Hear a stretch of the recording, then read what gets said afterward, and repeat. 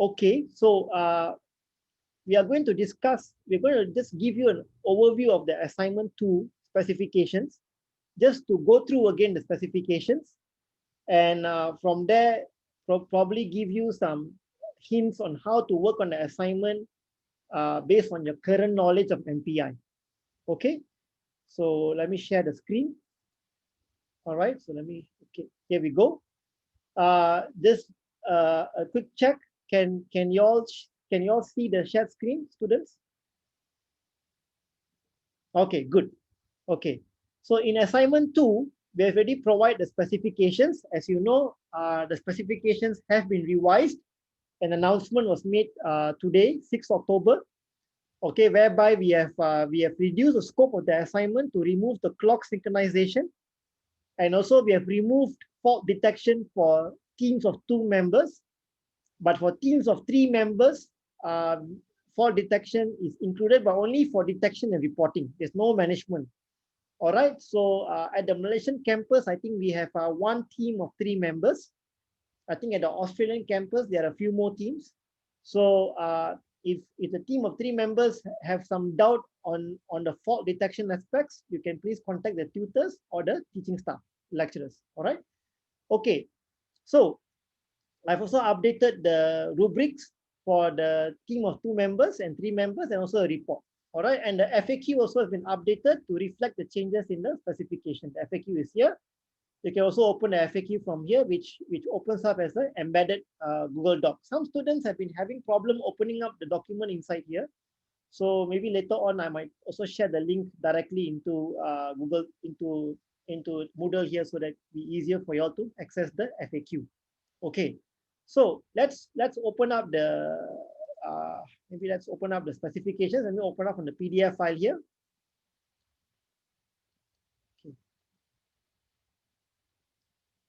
Now, so this assignment, okay, right.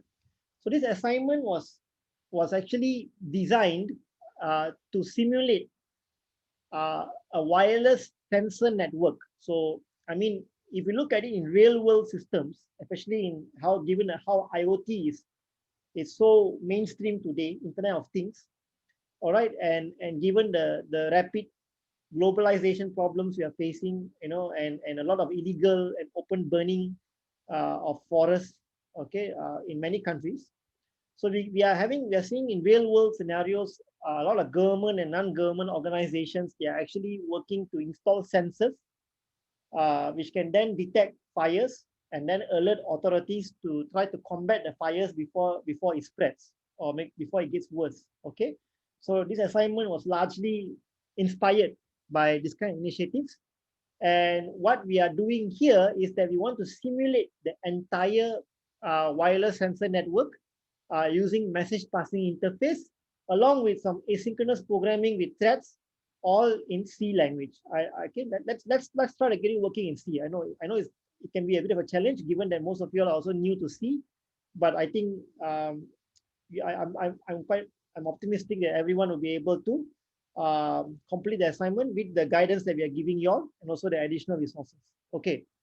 So generally speaking, what the assignment says, before I go to the specifications, what the assignment says is that you have a set of sensors. Okay, you have a set of sensors which are positioned in a grid manner, in a Cartesian grid manner. All right. The Cartesian size varies. Okay, it's a m by n Cartesian. So it can be a 2 by 2, a 3 by 3, a 3 by 4, a 4 by 4, and so forth. Here in this example, we have a 3 by 3 configuration. And then we have the sensors positioned in the Cartesian manner. Okay. So how far the sensors apart are a matter of subjective. Okay, the sensors can be a few hundred meters away, it can be longer or shorter. All right. Now, each sensor has an antenna or some form of antenna, which allows it to communicate with the base station through a communication satellite. All right. Each sensor can also communicate with its adjacent nodes. Okay, it can also communicate with its adjacent nodes. All right, using some other form of communication, not satellite communication, direct communication with the adjacent nodes. Maybe there's a VHF antenna, a very high frequency antenna, which allows it to communicate with its adjacent nodes. All right, and so that is the way the sensor is set up and the way it works. All right. Now at the same time, so what happens is, okay, before I go to the infrared satellite, so what happens is at any point of time, or at a periodical time, okay, so the sensor will measure the temperature of the surface. So don't worry too much about what kind of sensor and things like that. We are simulating it only, all right? So the sensor will measure the temperature of the surface. And then when it gets the temperature, and let's say if the temperature exceeds a certain threshold, let's say our threshold is 80 degrees Celsius. Okay, what it does is it will then request the temperatures from the neighborhood or the adjacent nodes. So you will just request the temperatures from the adjacent nodes. The adjacent nodes will then respond with their own temperatures at the point of request. So at the point a request is made, the adjacent nodes will share their current temperature values to the requesting node. And if the temperatures received from the adjacent nodes are within the measured temperature of this particular sensor node, then this sensor node will then send an alert to the base station. Okay, that's how the idea works. Now, so this applies to every sensor node in the grid architecture. Now, at the same time, so this is asynchronous. So the base station has an MPI process that listens in for communication for messages from any one of the sensors here that will report an alert. Now, in the base station also, you have a thread running. This thread is actually reading information from an infrared satellite image. So the infrared satellite image also provides temperatures for the grid based on what is the satellite. So for satellite, it captures the heat maps. Okay, then it will generate a temperature for each of the grid coordinates here. So you generate a temperature, let's say 70 degrees, and then let's say 90 degrees, and so forth. And then you will send this information to the base station. So the thread will capture the information and store it into an array. So which means that when a node reports an alert, at the time when the base station gets the report, the base station will compare the temperature reported by the node with the equivalent temperature reported by the base station. Okay, if the temperature matches, then it becomes a true alert, and is logged. If the temperature is not a match, then it's a false alert, but also logged. That is the essence of the assignment as a whole. Okay, that is the essence of the assignment. The specifications actually expand on what I just mentioned just now. So we have the objectives here. So the objectives here is for you all to design and implement a distributed computing system. So design and implement parallel algorithms to analyze and evaluate the performance of parallel algorithms and to apply technical writing to communicate parallel computing. That's why we have the report here. Learning outcomes, as you can see, we have learning outcomes 3, 4, and 5, which are associated to this assignment. Okay, so whatever I mentioned just now is already mentioned in the preamble part of the assignment. Okay, so now based on this, let me go to the FAQ. So the FAQ covers quite a bit. So you can open the FAQ from here, or you can open it from here also. All right, so wait, sorry about that. Let me just reset this again. Let me go back to the, okay, I think it's better. All right, so let's go to here. So how do you start the assignment? Oops, maybe I should change it to viewing. Okay, all right, this is better. Now, let's say you have this grid. Let's say you have a grid mapper like this. So maybe I'll take a screenshot of this that I can put in a whiteboard. Okay. Okay.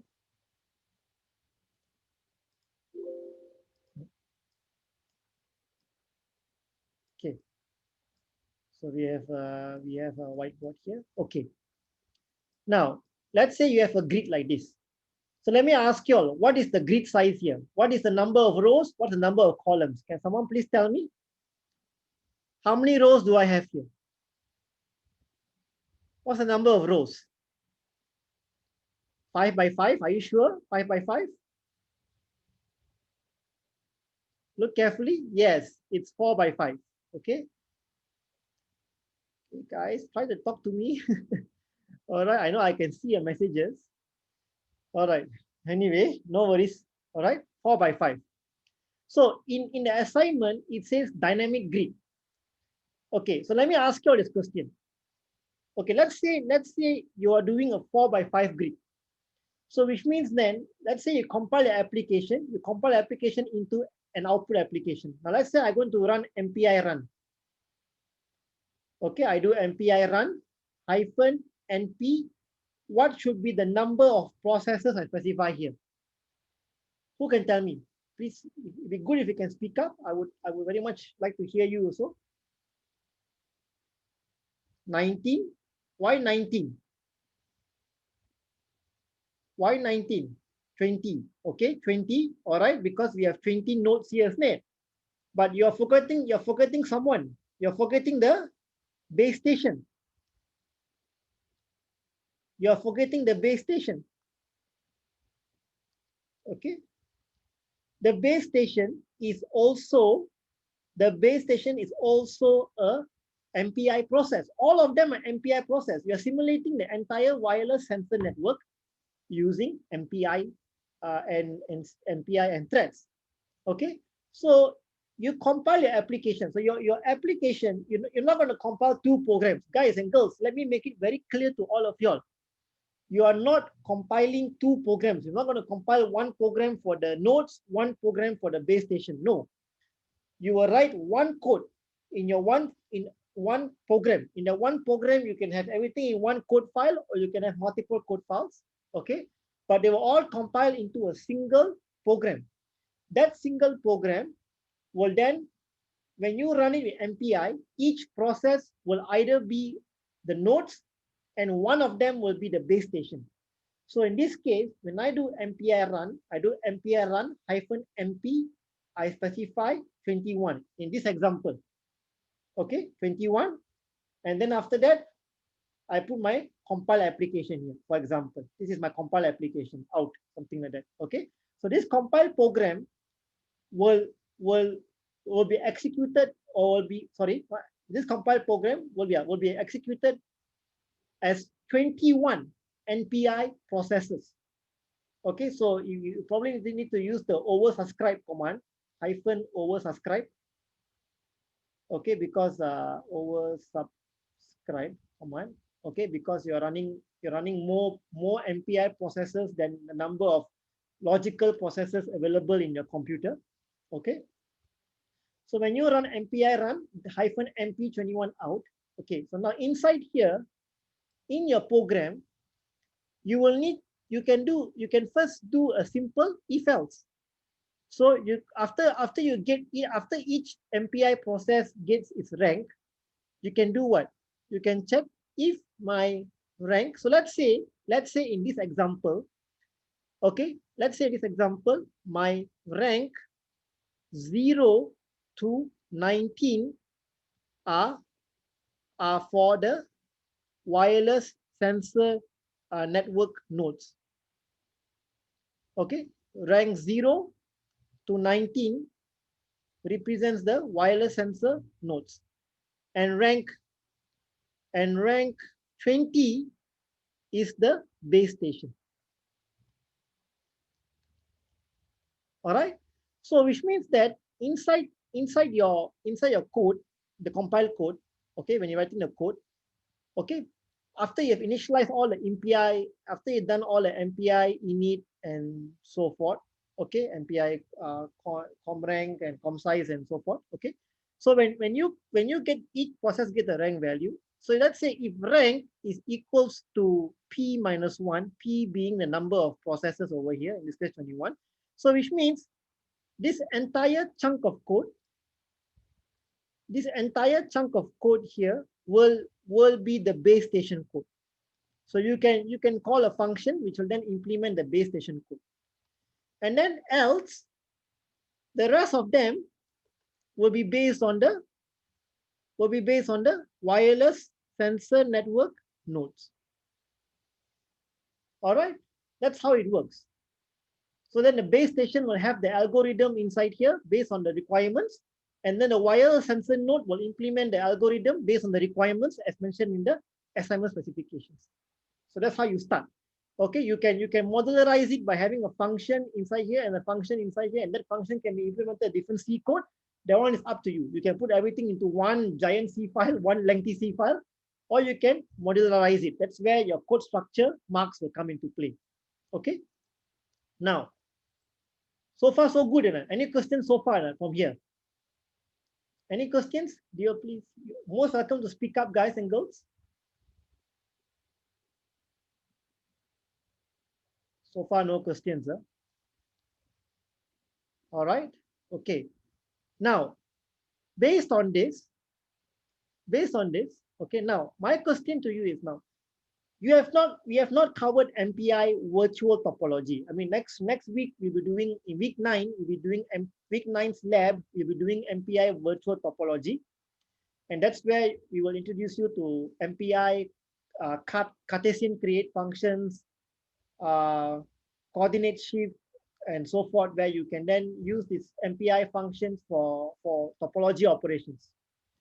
But it is not necessary for you to have that knowledge to do the assignment. You can actually, based on what you have learned in MPI up to week 7's lab, you can actually complete the assignment. It's just that learning MPI topology will give you the extra knowledge and extra option on if you want to use topology. There are some benefits in terms of simplifying certain parts of writing the code, but you can still do it using your current knowledge of MPI and also with your current knowledge of algorithms.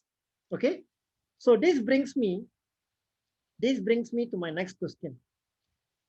Now you know that each, let's say in this example, okay, 21. So which means the one process here, last one is the base. The remaining 20 nodes, the remaining 20 MPI processors are the sensor nodes. So in this example over here, rank 0 has a coordinate value of 0, 0. Rank 8 has a coordinate value of 1, 3. Rank 7 has a coordinate value of 1, 2. So my question to you is, how do you map? Okay, so how do you map? Maybe I'll put it here.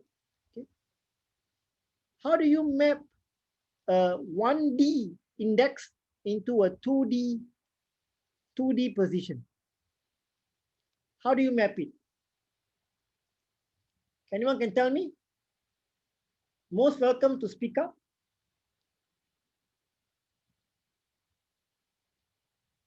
Guys and girls, anyone?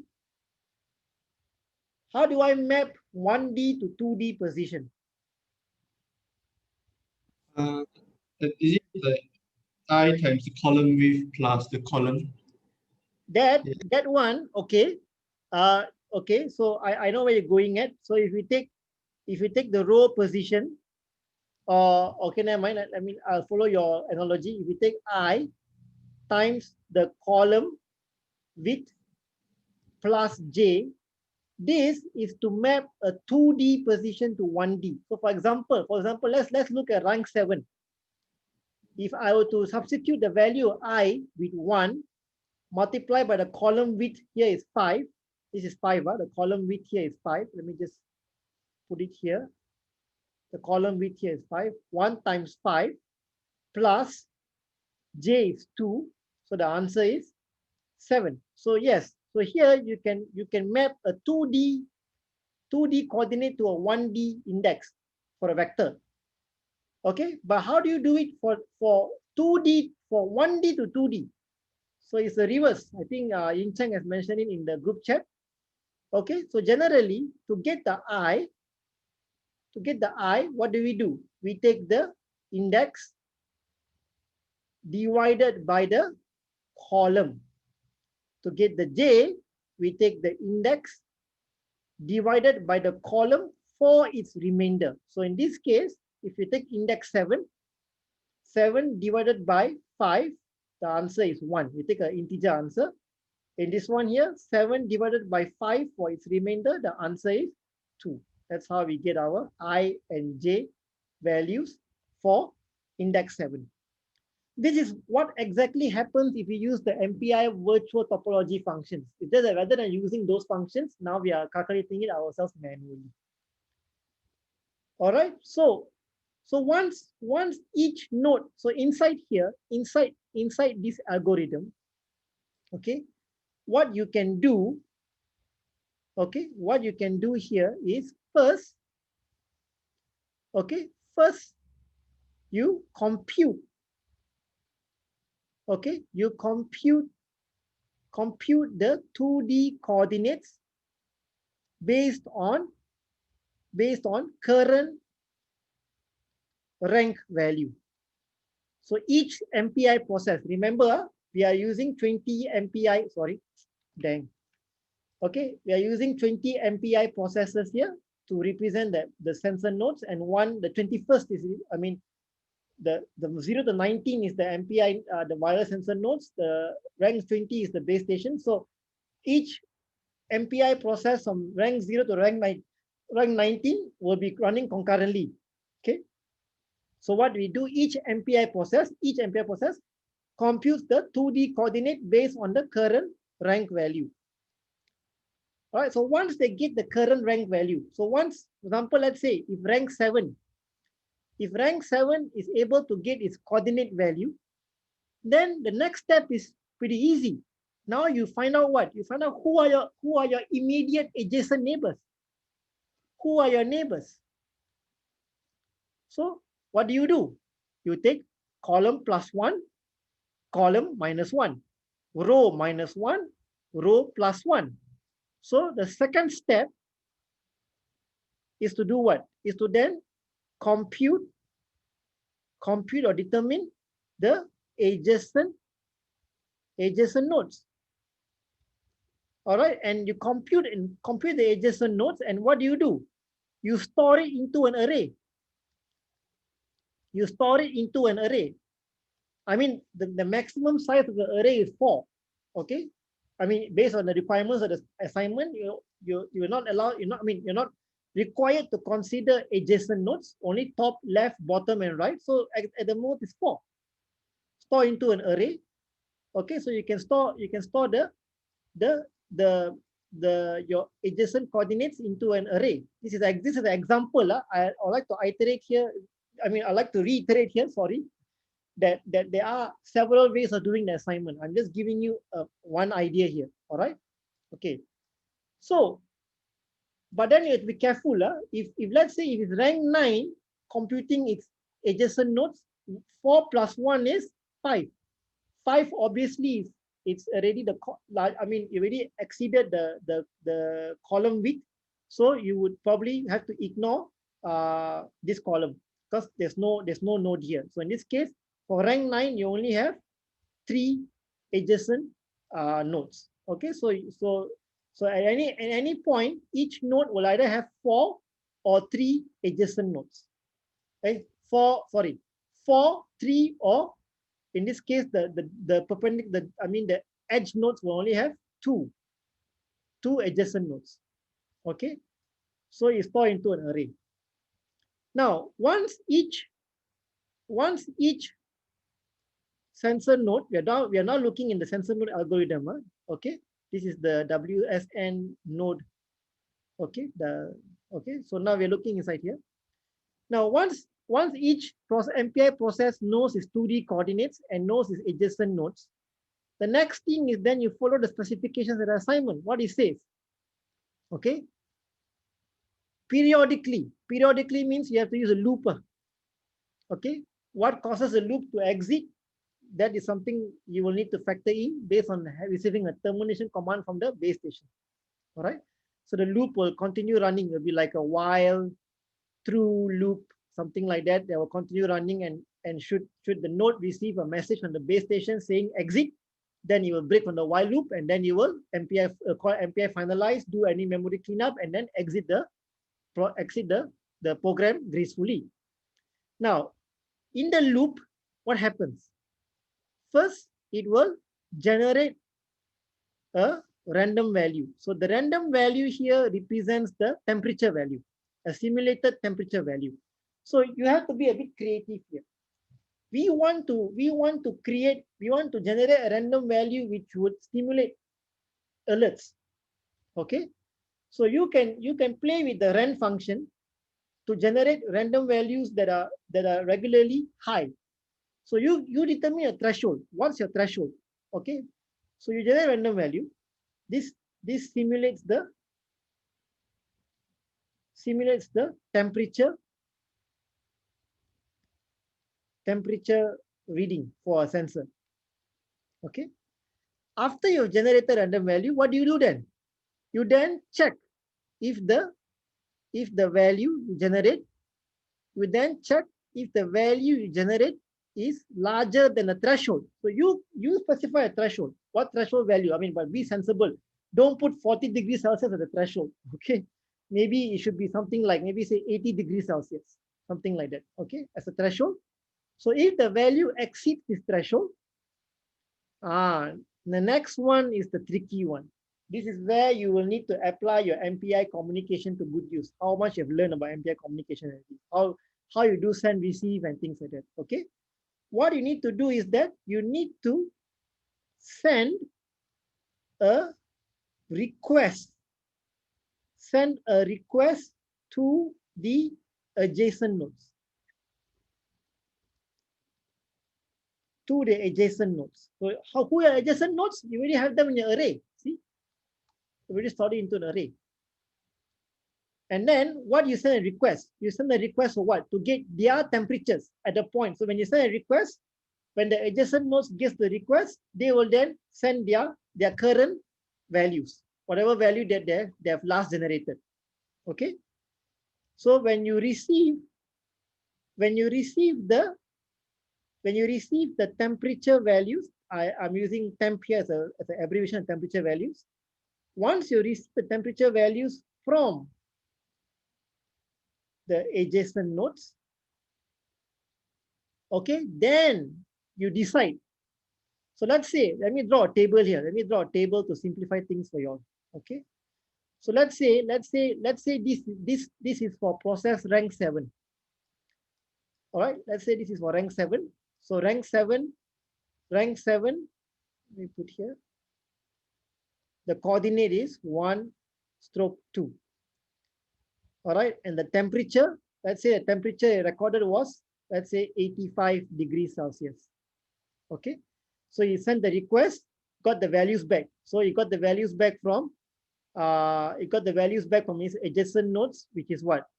1, 1, 0, 2, 1, 3, and wait, this, and the other one is 2, 2. Okay, these are all the adjacent nodes. Okay, check and see, confirm again. Yeah, 1, 1, 1, 3, 0, 2, and 2, 2. Yes, correct. It's all adjacent nodes. And let's say the receive values says that, okay, let's say this is 78 degrees Celsius, this is 90 degrees Celsius, this is say 92 degrees Celsius, and let's say this is 81 degrees Celsius. All right. So now what you do is you compare the received values to the generated value. You compare them. So you compare your current value with all of these values here. So the assignment specification says what? Should the readings from at least 2 or more neighborhood nodes matches the sensor readings of the local node within a predefined tolerance range, then you can send a report. So which means that you compare, just do a subtraction. So you compare them. So in this case, this is what? -7 degrees Celsius. Okay.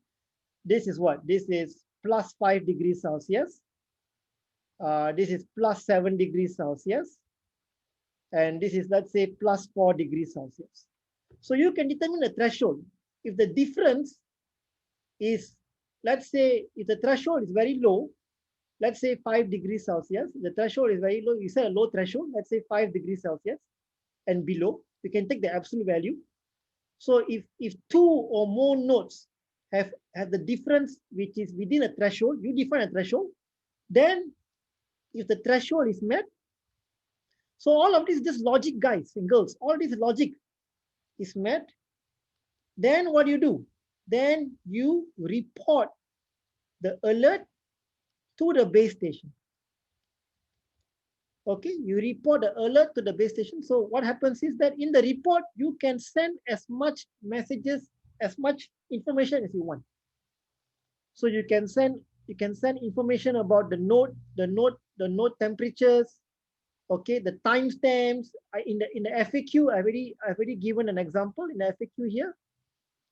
Okay, what kind of information that you can log. So that represents what kind of information you can send to the base station. Node temperature, time information, timestamps. Okay, how many times? What are the past data? Up to you. We did provide some guidelines, so you should meet the guidelines. So up to you is a bit subjective. But what we want to say is that you can actually we give you some flexibility on how much messages you want to send to the base station, because one of the requirements of this assignment is how well you can log your information regarding to a fire, and how well you can summarize them at the end of the assignment. Okay, so of course the information sent to the base station must be useful. Okay, so you have to factor that in also. So in that context, but it's good to send as much information as possible. But the assignment did say you should maintain an efficient send, because every time you call MPI send to the base station, it will have overheads. So what you want to do is you want to pack the information, pack the information into a buffer. We have done this before already in the previous labs. Okay, then you call MPI send to the base station. Okay, and after that you repeat the process again. You repeat the whole process, which means it continues back in the loop. In between, you need to check for any messages on the base station saying that there's an exit clause or something like that. Okay, so you repeat this. That is you repeat the whole. Sorry, you repeat the whole. You repeat all the way up to here. Okay. That is what, in summary, that is what the node is supposed to do. All right. So if you look at it, we're thinking that's not too bad. Of course, the hard part here is how do you send a request to the adjacent nodes? How do you do that? Because you have to understand each node not only generates a random value, but also needs to communicate with the adjacent node. So while you're generating a random value, the adjacent node might already send you a message requesting for your temperature value. So how do you do logic here? So this is where the assignment factor comes in. This is where we would like you to apply some thought process based on what you understand so far about all the blocking and non-blocking send and receive that we have discussed in the previous lab, the pre-lab videos. It's time to put them into good use. How can you put it into here? You can use MPI iProbe to probe for any messages or none. You can check. You can actually use a message header system, which means that you can check for every message received, what kind of message is that? Is it a request message? Is it an exit message and things like that? Okay, can you all follow on, guys and girls? Any questions or not before I go to the base station? Then largely quiet this group compared to the earlier group. Can you all follow? Guys, a simple acknowledgement, please. Can? Can. Okay, good. So this is what the essence is. Okay, this is for two team members of teams of 2 members. For teams of 3 members, somewhere inside here, you need to simulate a fault condition. So for that one, I'm not going to discuss it inside here. So maybe during consultation sessions, we can have the 3-member teams can for 3-member teams. Sorry. What I meant to say earlier on, 3-member teams needs to implement a fault detection. So maybe the 3-member teams can discuss with me or the teaching team on what kind of ideas and methods they can consider during the consultation session. Okay. Now, this entire algorithm is for the, as I mentioned, is for the wireless sensor node, each node. What about a base station? So if the base station is running the code, if the base station running this particular, if the MPI process simulates the base station, what does it do? What does it do?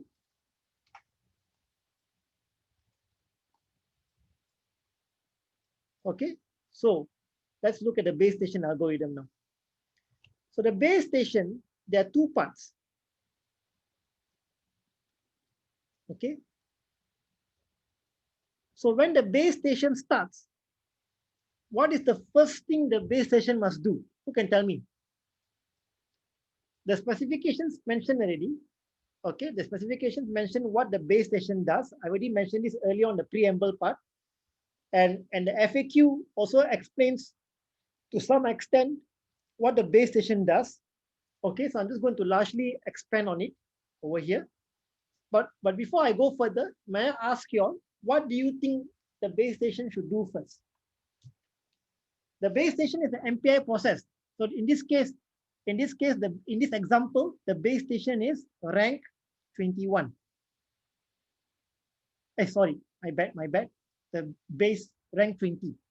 Whereas the wireless sensor nodes can be any of them from rank 0 to rank 19. Okay. Rank, let me just put the rank value here. Okay. This is rank 20.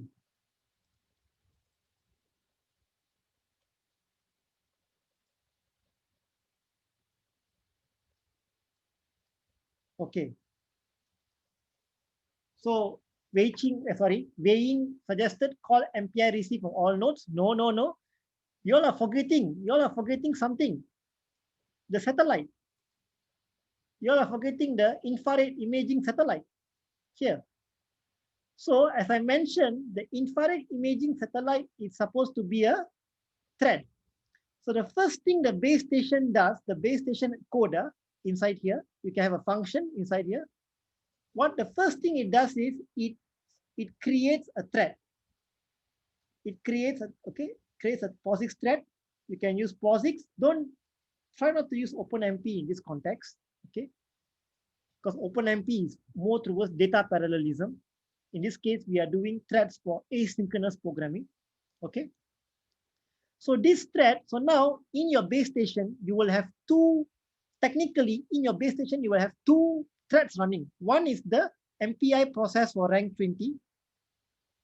Okay, your rank 20 process is running. So your rank 20 is technically running like a thread, but as a process. And then the second one is your thread. Your thread, which is simulating the infrared satellite. Okay, so they're running concurrently. Okay, under the base station. So let me explain the thread first. The thread is very straightforward. Okay, what a thread does is it first generates, it also generates a random temperature value. I'm using temperature value. Again, guys, be creative here. You can set temperature value. You can use you can generate random values for high temperature values. Of course, put a range up, maybe between 80 degrees to 200 degrees Celsius. And then it randomly, this is the one, sorry, I'm repeating the words here. It randomly maps the temperature to, or maybe or maybe I should write it this way. I'm sorry. My apologies.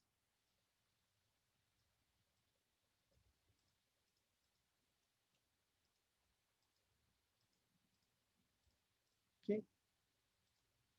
What I meant to say was it generates a random temperature value for each coordinate on the map. So the base station knows.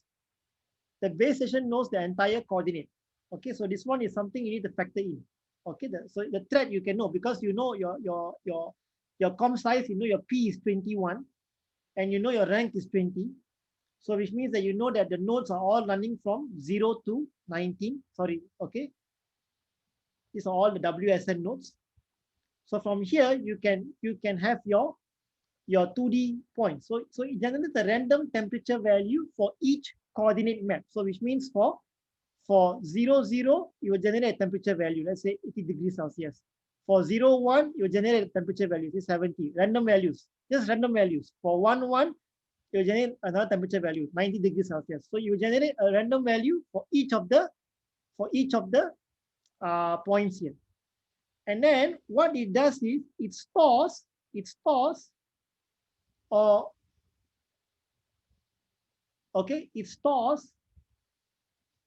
all of these values.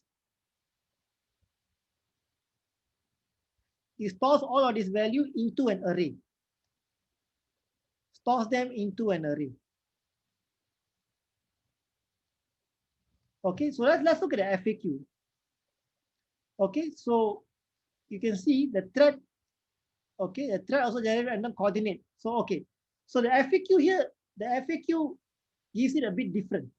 So you can see what I mentioned, the FAQ here is not something that you have to necessarily follow as the gold standard. We do allow for variations based on the specifications. Okay, so because it says here, the reports are compared with the reports received from the sensor nodes within a time window. We didn't exactly mention how it compares, how exactly it's supposed to simulate. So it's a simulation. As a simulation, you can specify certain criteria. That's why we give you the flexibility.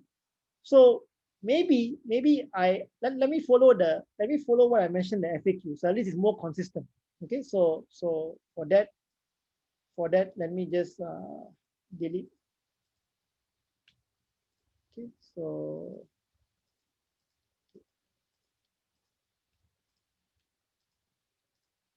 okay, so just delete this. Okay.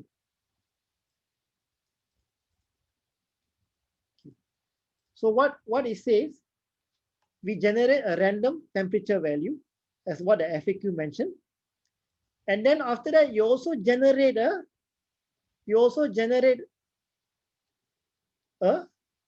random coordinate.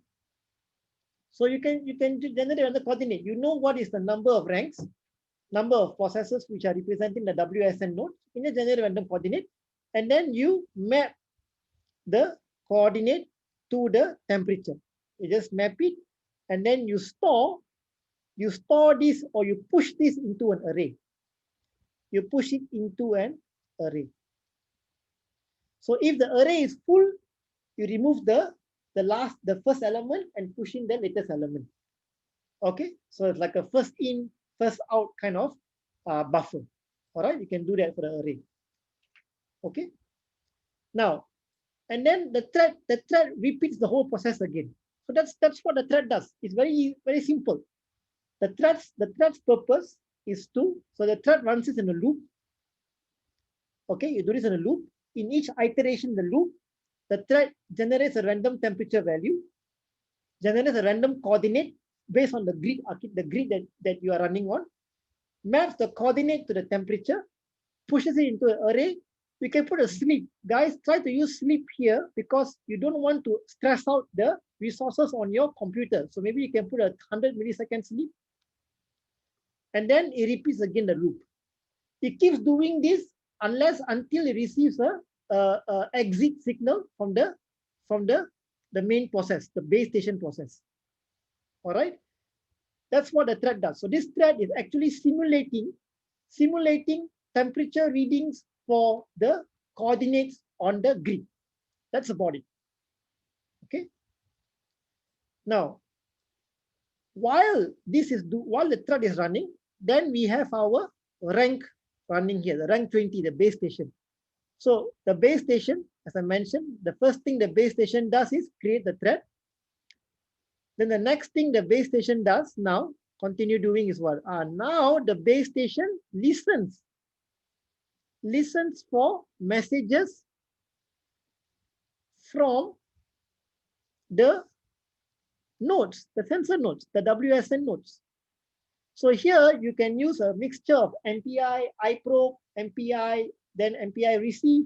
So it's up to you how you listen. So when it gets a message, which means that it's getting a message from a node, it's getting an alert. So let's say if it receives an alert, from a node, okay, then it just compares. So you compare, you take the temperature reading, you take the temperature value sent by the node, you compare the temperature value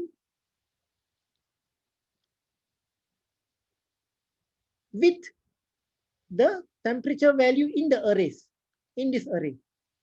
So this array will be a shared variable. So we are doing a bit of shared memory parallelism here. A shared variable. This array will be a shared variable. So which means that the thread writes to the array and the rank 20 process reads from the array. So it reads from the array and the thread writes it to the array. So maybe you might want to apply some new text over here to make sure that you don't have race conditions. So when you get, so for example here, as mentioned in the FAQ, okay, let's say the thread generates, so the thread also generates a timestamp. I forgot to put a timestamp just now. So when you push into the array, it also maps the coordinate to time with a timestamp, with a timestamp. Okay. And then it pushes it into the array. So this you can think of this being stored in an array. So at any point when the base station gets an alert message from the node, on any of the nodes, it will compare the information of the received node with the information in the array. If any one of the nodes here matches the information received by the base station, then you log it as a true alert. Otherwise, you log it as a false alert. So you compare. Technically, you're comparing between what? You're comparing between the alert report and the array. And the array populated by the thread. Okay, the assignment specification mentions that there's no need to have an exact match. As long as there is some matching, which means let's say in this case, you have coordinates 0, 2, 1, 2, and 2, 2. So let's say the one that alerted is rank is 1, 2, rank 7. Rank 7 alerted, so rank 7's temperature also appeared inside. Rank 7 was also coordinate location 1, 2 was also recorded in the array, and the temperature is within a threshold also. So which means that you can some matching here. Sorry for the poor writing. You can then log it as a true alert. Otherwise, if there's no matching, you can log it as a false alert. Now you may ask, what happens if there's no match, there's no grid here, but one of the coordinates here is adjacent to the reporting one, reporting node. You also can log it as a true alert. So it's up to you. We give you the flexibility of how you want to implement the matching here. That's why it's a simulation. We give you some flexibility on how you want to define what are the conditions that would constitute a match. Important thing is you demonstrate that the base station runs the thread generates a random temperature, random coordinate, maps them together a timestamp, put into an array, and then the base station, when it gets a message on the node, it compares with some criteria and then either logs it as a true or false alert into the log file. Now, same thing, the base station repeats again. the base station repeats part B. So it repeats part B. Part B is here, which means what? It repeats the process of listening for information. The thread is created once only. You create a thread once. The thread will run for as long as the base station is running. So here is where the question is, how long should the base station run? How long should the base station run? So this is up to you. So you, because a simulator, you can specify a fixed loop. You can specify a fixed loop. Maybe I should smaller it a bit so it's easier for me to move up and down. So you can run this. Let's say you can run the base station loop for, let's say, 100 iterations.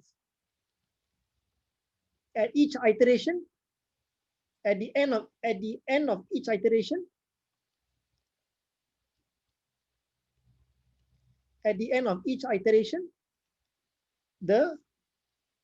you put a sleep. So it doesn't stress out the system. So let's say 100 iterations. If you put a sleep for 1 second, which means that the base station will run for 100 seconds. Once the 100 iteration has elapsed, then the base station will send a termination signal. Okay. Can I okay, once the iterations, once the counter has elapsed, then you can send the base station can send a termination message to all nodes, and the thread. And then the nodes will exit, the thread will exit, and the whole program will gracefully terminate. And then the log file is the one that you have all the content inside there. Okay, so this is generally the idea of it. Now in the rubric, I specified the sentinel value. Sentinel value means that you don't specify a fixed iteration. The base station runs indefinitely. The user at runtime can specify a value. So maybe you write to a text file. The base station periodically reads the value of a text file. If the text file value shows a certain number, then the base station exits. I received a question: Can we assume that the timestamp can be used as iteration count? Yes, it's up to you. It's up to you. So this assignment is pretty interesting because it really trains you on how to design a MPI system with threads. So guys and girls, I mean, of course, when you look at all of this discussion here, yeah, I mean, you may think, okay, this is good information, but also tedious. And yeah, to some extent, it is tedious. Okay. But you see, sincerely speaking, I'm not doing this, or we're not doing this assignment to make your life miserable or anything like that. I don't want you all to complete this unit just knowing parallel computing. I want you all to complete this unit whereby you can practice parallel computing. That is important to me. To me, that is my end goal for all of you all. Okay, because I sincerely want to succeed. So that's why we provide this challenge to you all, and I hope I understand you have other hurdles, you have other assignments, other units, and I can fully understand the stress, and also the pandemic is not helping at all also. So, but at least I hope if you all try to implement this, and don't worry, we will provide some sample code, especially next week's lab.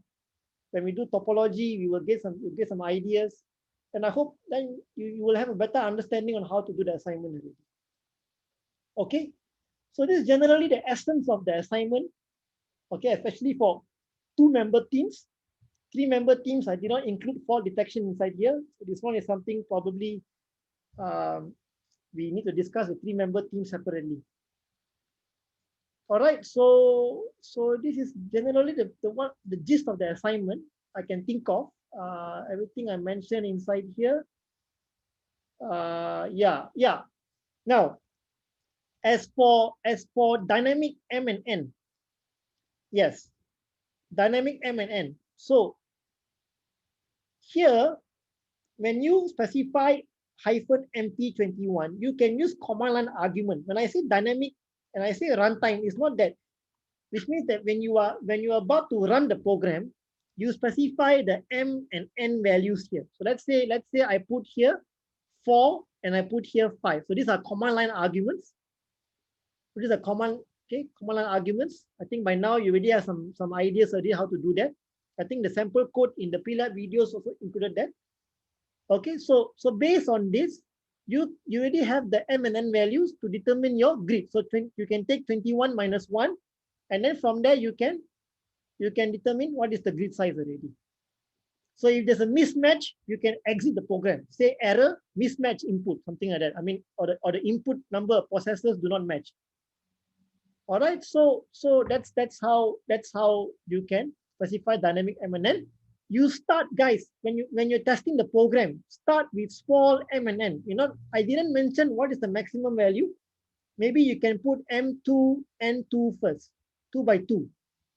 And then after that, you try M2, N3, 2 by 3. You try small iterations. No need to go M10, N20 and things like that. At the most, 4 by 5 is also enough already. Okay. If you look at the sample reports given in Moodle, the second sample report, actually the student implemented. I mean, the requirements are different last year to this year. Okay, last year was the individual assignment and we added in encryption algorithms, but last year we didn't include the asynchronous thread. Okay, so that's why we included it this year, and this year the team assignment. So that's why we increase the scope a bit by adding in the asynchronous thread. All right, but if you look at the second assignment sample report, okay, I already opened it at one time. You can see that the student inside here actually implemented dynamic M&N, if I'm not mistaken, and he gave, the student actually provided the idea, so she already has some guidelines inside there already how to do it. So I hope this should help you all a bit, okay, with the assignment.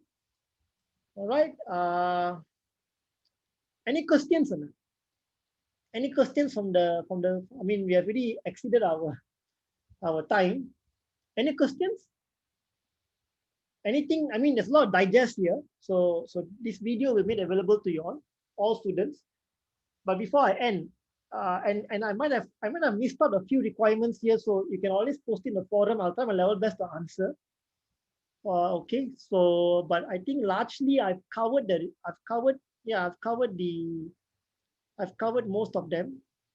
The tricky part is, if you ask me, a tricky part is here. How do you send and receive the values to the adjacent nodes? Okay, and yeah, so creating a thread to generate the random value and coordinate is fairly straightforward. Okay, and even the base station listening also is not that tricky to implement. The tricky one, if you ask me, is here. All right, so but I think I prefer not to go into deeper how you do this. I would like you all to explore a bit more. Okay, but yeah, I think based on this, you all should be able to get started already. Any questions? Any further questions, guys and girls?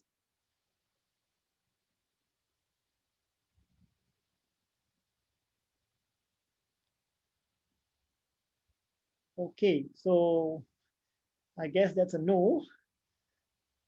And yeah, I'm just thinking if I have forgotten anything else to mention to you all, because since it's a recorded video. Now, I want to clarify that, okay, the interpretations may vary. All right, so especially when you talk to your lab tutors, bear in mind the lab tutors will be assessing your assignments. So it's always good to discuss with the lab tutors also during the consultation sessions about some of the interpretation assignments. So then largely the interpretation will be the same, but there could be some minor variations here and there. Okay, so it's always good to clear the air with the lab tutors. All right. So especially with relevance to the rubrics also. I know many of you will refer the rubric as the like the handbook or the guideline to aim for good grades. All right. So yeah, I mean, try your best. Do the assignment. Okay, and I'm sure that at the end of it, you will get some really valuable hands-on experience in parallel computing. Okay. So all right. So I'll stop sharing, and that's about it. So thank you very much, everyone. I will see you all in the next class again. All right. Okay. Thank you.